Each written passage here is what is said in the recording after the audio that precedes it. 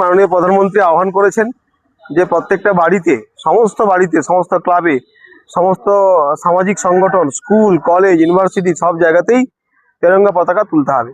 এবং আমরা তেরঙ্গা র্যালিও করছি আগামী 13 তারিখ মেদিনীপুর শহরে বিকেলবেলায় কলেজ মাঠের সামনে থেকে শুরু হবে। তাই আজকে যারা মানুষরা এসছেন, সমস্ত মানুষ প্রত্যেক দিনই এখানে আসেন বিভিন্ন প্রয়োজনে, তাদেরকে আজকে সবার হাতে আমি তেরঙ্গা পতাকা তুলে দিলাম। আমরা এটাও বললাম যে যত্ন সহকারে লাগাবেন এবং যত্ন সহকারে গুছিয়ে রাখবেন নামিয়ে, কারণ তেরঙ্গা পতাকার মর্যাদা আপনাদেরকে রাখতে হবে। তেরঙ্গা পতাকার যে যত্ন আপনাদেরই করতে হবে।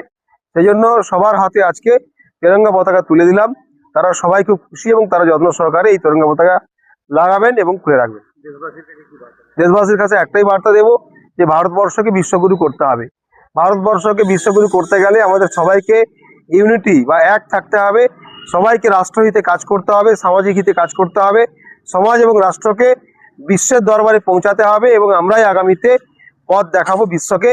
তাই সবাই মিলে আসুন, এবারের যে 15ই আগস্ট স্বাধীনতা দিবস আমরা সবাই মিলে একসাথে ভালো করে পালন করি। প্রত্যেকটা বাড়িতে, একদম প্রত্যন্ত গ্রামের শেষ প্রান্তের যে বাড়িটা আছে তার বাড়িতেও তেরঙ্গা পতাকা উঠবে। এটাই আমাদের সংকল্প, এটাই আমাদের সবার কাছে বার্তা।